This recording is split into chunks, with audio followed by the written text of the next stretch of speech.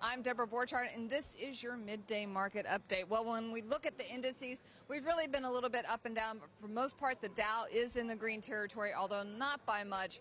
S&P 500 right now is flatlining a little bit down, and then the NASDAQ, it's up just a bit. But again, we're starting to slow down on that volume as we head closer and closer to Thanksgiving. One thing that we had a lot of volume of was housing data. And joining me now is Keith Bliss from Catone. So, Keith, we got a slew of housing numbers over yesterday and today.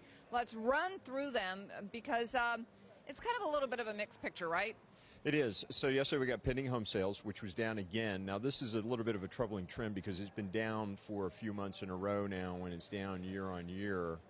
And the data that we got today was permits. They couldn't get new housing starts compiled fast enough. They're still claiming that the government shutdown is affecting that number. Nothing like a government-run operation to be efficient. But anyway, so we got permits numbers for both. Today we got them for both September and October.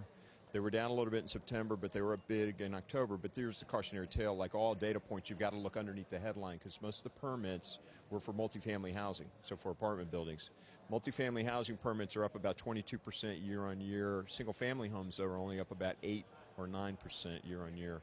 So the strength is in multifamily. And so then today, of course, we got the Case-Shiller Index, which is, again, at an all-time, well, not an all-time high, but the highest since 2006. So when you take a look at what's going on with mortgage rates, they've ticked up a little bit. When you take a look at what's happening with home values, they've also gone up pretty well across the 20 cities that Case-Shiller tracks. Now you understand why pending home sales are down month on month. People have now found it, at least relative to our current time, a little bit less affordable to buy a house, and they're backing away a little bit. Well, we certainly know that there were inventory issues. We know that when we came out of all that distressed housing, that the home builders were not building new stuff. People were buying the distressed. The home builders have started to come back, but they really haven't ramped up big building. And so we have, inventory issues. There's not a house to buy, and the ones that are to buy are cost more. Well, that's right. And you've seen that a little bit in the home builder stocks, too. They've gotten hit a little bit. They're coming back because they've started to report good quarterly numbers. But they pulled back from the market a little bit because of the spike in interest rates that we saw over the summer in 2013 that definitely hurt their business. Remember, home builders primarily are land managers, so they're holding a lot of vacant land. There's a huge cost of carry. It's in their incentive to build houses and get them out, but they're not going to go ahead and carry additional inventory on top of the land if they can't get them sold. They'll creep back into the market a little bit, but they've still got a long way to go. Are we putting too much weight on these numbers because we are in the winter, and that is normally a time when these types of numbers go down?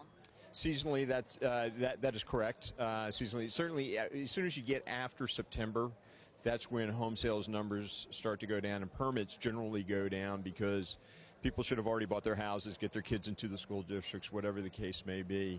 But they adjust those on a seasonal basis when they come out, and they look at them on an annualized way. Again, it's a mixed bag. We need to be cautious about what the permits and the starts look like. I wish we'd gotten the starts number. That would have kind of filled in the gaps for me on some of those numbers, but we're not going to get them. So right now we're going to be neutral on housing a little bit and hopefully see that the trend on pending existing home sales starts to tick back up a little bit, and that'll give us more confidence. All right, well, there you have it from Keith. It sounds like he is not in the market for a house right now because he is neutral. That's Keith Bliss from Catone, and I'm Deborah Borchardt with The Street.